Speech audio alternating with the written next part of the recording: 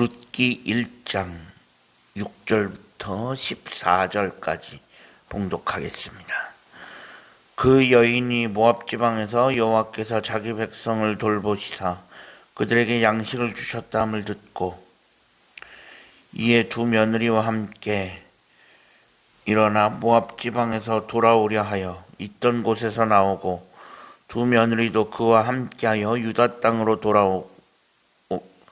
돌아오려고 길을 가다가 나오미가 두 며느리에게 이르되 너희는 각기 너희 어머니의 집으로 돌아가라.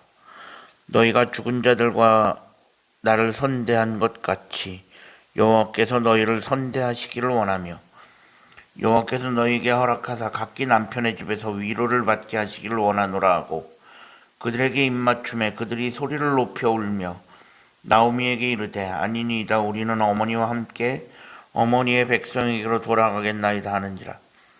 나오미가 이르되 내 딸들아 돌아가라. 너희가 어찌 나와 함께 가려느냐.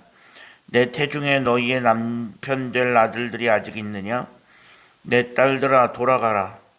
나는 늙었으니 남편을 두지 못할지라. 가령 내가 소망이 있다고 말한다든지 오늘 밤에 남편을 두 아들들을 낳는다 하더라도 너희가 어찌 그들이 자라기를 기다리겠으며 어찌 남편 없이 지내겠다고 결심하겠느냐. 내 딸들아 그렇지 아니하니라. 여호와의 손이 나를 치셨으므로 나는 너희로 말미암아 더욱 마음이 아프도다 하매 그들이 소리를 높여 다시 울더니 오르바는 그의 시어머니에게 입맞추되 룻은 그를 붙쫓았더라. 아멘. 오늘도 새로운 하루를 허락하신 하나님께 감사합니다. 오늘은 주의 날 월요일입니다.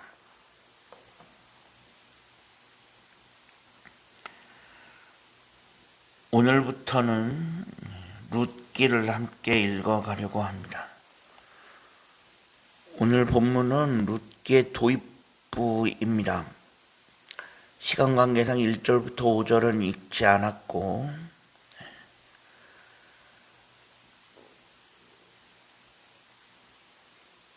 룻기의 도입부 중에서도 뒷부분만 함께 읽었습니다.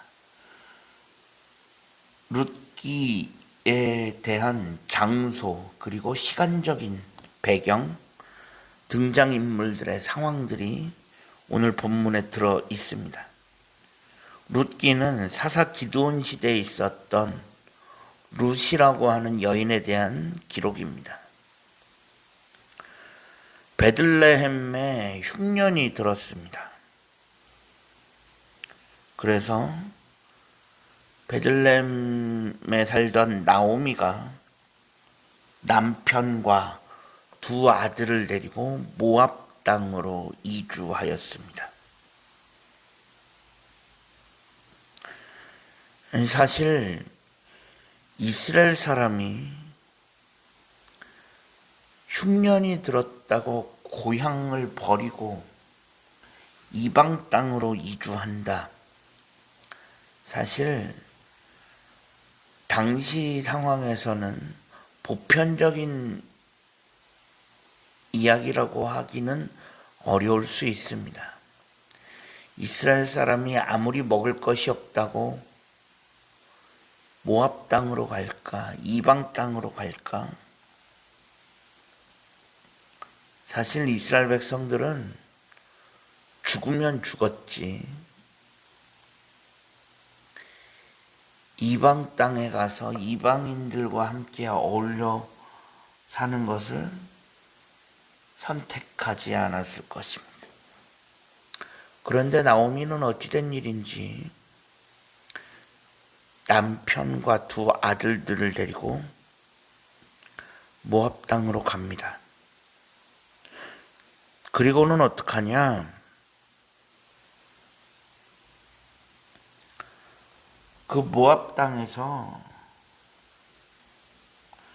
이 두 아들들을 모압 여인들과 결혼까지 시키고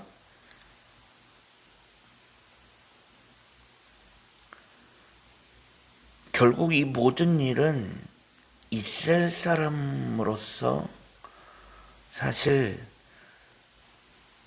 인정받을 수 있는 행동은 아니라는 것입니다.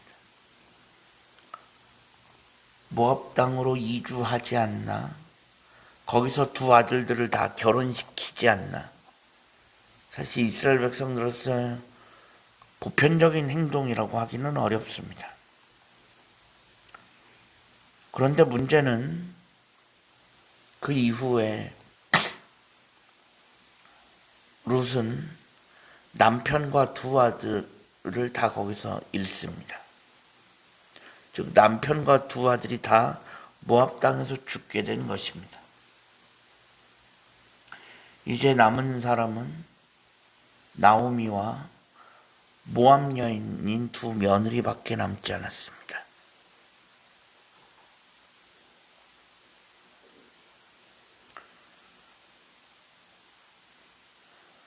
그런 상황에서 나오미는 할 수 있는 게 없었습니다.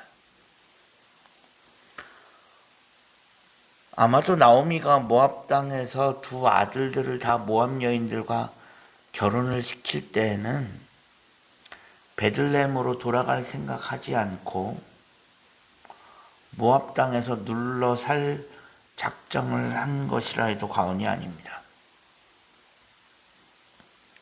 그런데 그 땅에서 남편도 잃고 두 아들 다 잃고 나니 나오미는 더 이상 그 땅에서 사는 게 쉽지 않았습니다. 그런데 그때 나오미에게 어떤 소식이 들리냐? 베들레헴에 먹을 것이 생겼다라는 소식이 또 때마침 들려옵니다. 결국 나오미는 베들레헴의 흉년도 풀렸겠다. 모압 땅에서는 남편과 두 아들 다 잃었겠다. 이제 나오미는 더 이상 모압 땅에서 살지 않고 베들레헴으로 돌아가려고 합니다. 그렇게 해서 길을 떠나는데 나오미한테 걸리는 것이 있었습니다. 누구냐? 바로 이 모압 여인이었던 두 며느리였습니다. 이 두 며느리가 자꾸 눈에 밟히는 것입니다. 그래서 나오미가 어떡하냐? 이 두 명의 며느리에게 이야기합니다. 너희들은 나를 따라오지 말고 그냥 여기서 살라는 것입니다. 그러면서 나오미가 이야기하는 것은 나한테 더 이상 아들이 없고 내가 결혼해서 남편을 얻는다 해도 언제 아들을 낳아서 그 아들들과 너희들이 결혼하겠냐? 어차피 나한테 소망이 없으니 너희는 이 땅에 남아 있으라는 것입니다. 소위 이 땅에 남아서 새 출발하라는 것입니다. 나오미는 어차피 나한테는 더 이상 아들들이 없고 이 말은 너희는 나한테 있어 봐야 소위 계대 결혼이라는 걸 통해서 아이를 낳을 수 있는 것도 아니고 어차피 나한테는 아무런 소망이 없으니 너희는 그냥 여기 남아서 새 출발하라는 것입니다.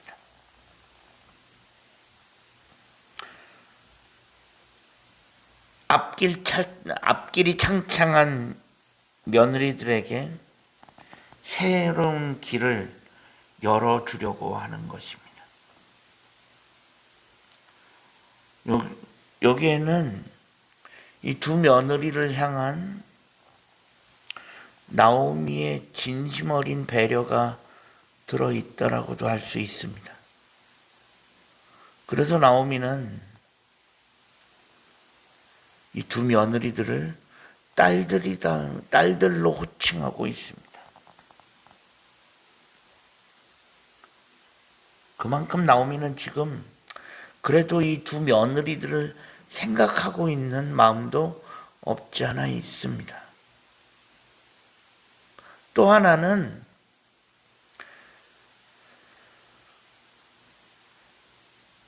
굳이 그런데 이때 이 두 며느리들은 이 시어머니 나오미를 따라서 베들레헴까지 가겠다고 나섭니다. 알겠습니다라고 바로 모압 땅에 머물러 있는 게 아니라 그런 일 안 된다고, 그래선 안 된다고 우리는 어머니 따라가겠다고 나서는 것입니다. 나오미는 재차 만류합니다.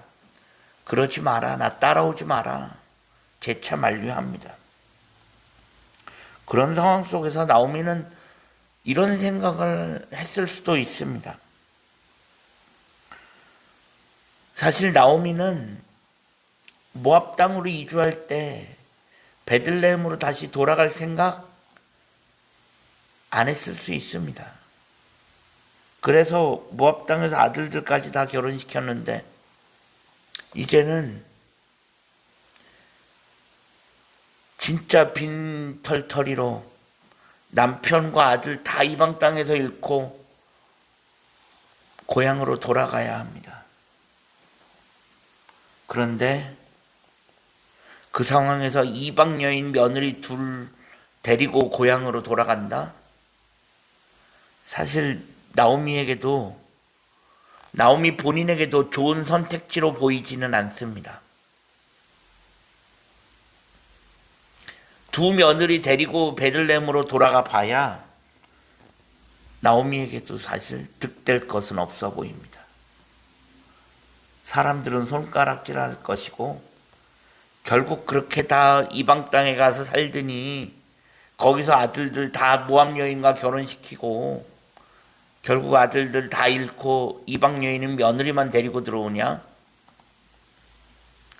사람들이 손가락질 받을 거 뻔한 일입니다. 이래저래 이 두 명의 며느리 데리고 들어가는 것도 나오미에게 좋을 것은 없습니다. 사실 나오미는 이스라엘 사람입니다. 하지만 오늘 본문에 흘러가는 이야기로만 봐서는 신앙에 그렇게 좋은 인물로 보이지는 않습니다. 흉년이라고 베들레헴으로 이주하고 그리고 거기서 두 아들 이방 여인들과 다 결혼시키고